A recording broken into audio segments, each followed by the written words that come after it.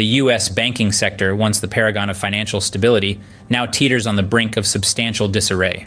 Recent upheavals and looming threats of collapse have thrust it into the harsh glare of economic scrutiny. Yet, amid the turbulence, a new report hints at a possible resolution to the crisis.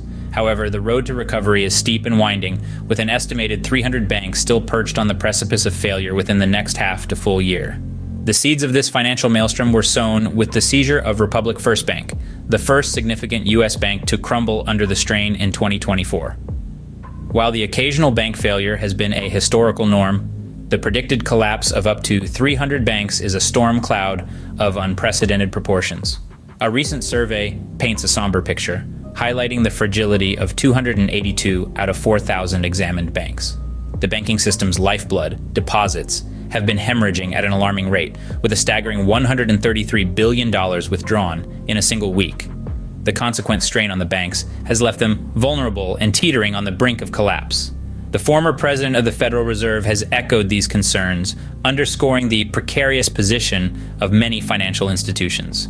However, even in the darkest clouds, there is a silver lining. Recent economic indicators have offered a beacon of hope. The U.S. job growth in April was slower than anticipated, and the unemployment rate nudged up to 3.9%. This deceleration in employment growth might trigger the Federal Reserve to reassess its stance on interest rates. This possible policy shift is under the watchful eyes of experts, as a higher unemployment rate could ease inflationary pressures. This would afford the Federal Reserve the latitude to slash interest rates, a crucial move in stemming the tide of the banking crisis by making refinancing loans and mortgages less costly for banks and businesses.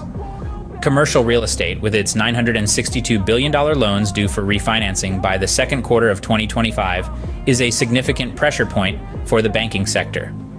High interest rates make refinancing these loans a daunting task. Yet, a potential rate cut by the Federal Reserve later this year could alleviate some of these pressures, rendering refinancing more feasible. While there is cautious optimism that the banking crisis may be on the cusp of resolution, the situation remains fluid. Economic indicators like unemployment rates, wage growth, and work week hours will play a pivotal role in shaping the Federal Reserve's future actions. The potential rate cut could provide the much-needed respite to stabilize the banking sector. However, the question remains, will these measures be enough to stave off further financial disruptions? As this scenario continues to evolve, staying apprised of the situation is essential for comprehending its broader implications on the U.S. economy and the global financial landscape. Remember, knowledge is power. So do consider hitting the like button and subscribing to stay informed.